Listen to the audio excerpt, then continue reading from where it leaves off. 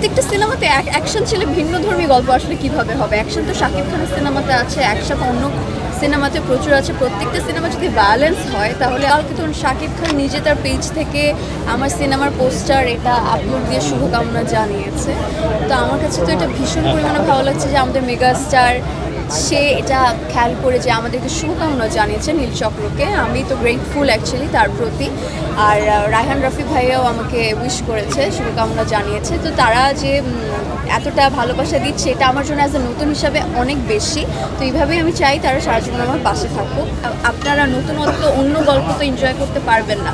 এখন নিশ্চয়ই কারোর যারা বাবা মা যারা একটু বয়স্ক আছে তারা নিশ্চয়ই সে ব্যালেন্সটা পছন্দ করবে না, আবার অনেকে করতেও পারে। এখন দর্শকরা আসলে কোন গল্প কীভাবে লুপে নেয়, কাদের কেমন ভালো লাগে এটা তো এখন বলা পসিবল না। তো প্রত্যেকটা আমি বলবো যে প্রত্যেকটা গল্পই যে এসেছে যে সিনেমা হলে চলছে, আমার সব দেখে হয়ে ওঠা হয়নি, কিন্তু আমি বলবো যে প্রত্যেকটা সিনেমা দুর্দান্ত যাক, ব্লকবাস্টার হোক, সকলে আমাদের যারা জনতা আছে প্রত্যেকে সবার সিনেমা পছন্দ করুক, এভাবে এগিয়ে যাক।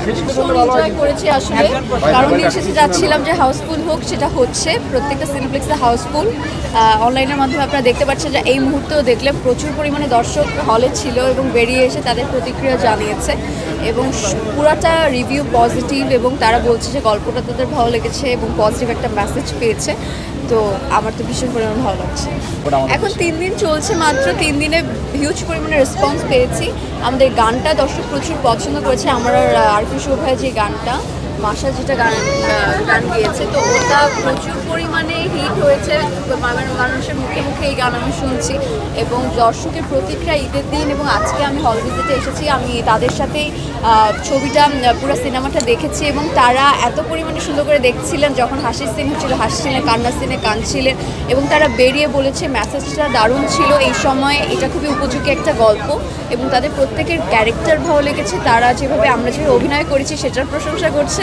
সো দিন শেষে আমরা আসলে এটাই চেয়েছিলাম যে পুরো টিমটা মিলে আমরা এত কষ্ট করেছি, তো আমরা যেন সাকসেসফুল হই, আশা করি ওই পথেই হাঁটছি আমরা। সো দোয়া করবেন আপনারা সকলে। পরিবার নিয়ে দেখার মতো, কিন্তু এটাও বললে যে ভুল হবে যে শুধু কি পরিবার নিয়ে দেখার মতো, এটার মধ্যে কি কোনো টুইস্ট নেই? বা অনেকে একটু ভাবতে পারে ব্যাপারটা একদমই এরকম না। আপনি আপনার গার্লফ্রেন্ড বয়ফ্রেন্ড নিয়েও আসতে পারেন, বন্ধুদের নিয়েও আসতে পারেন, পরিবার সকলকে নিয়ে আসতে পারেন। এখানে হচ্ছে আমরা জাস্ট একটা মেসেজ দিতে চেয়েছি, এটা একটা এই জেনারেশনের গল্প। বেসিক্যালি যারা school going, college, varsity going তাদেরকে উদ্দেশ্য করেই সিনেমাটা আমাদের বানানো।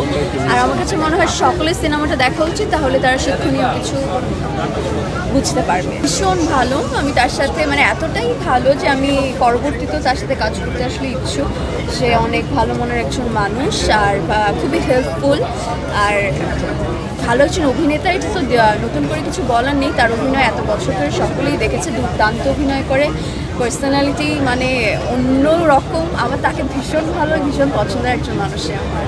ইন ফিউচার আই থিঙ্ক অবশ্যই আপনারা দেখতে পারবেন, আমার মাধ্যমে না হোক অন্য কারোর মাধ্যমেও জানতে পারবেন, ডিরেক্টর প্রডিউসারের মাধ্যমে। এখন আমি কিছু না বলি। Thank you.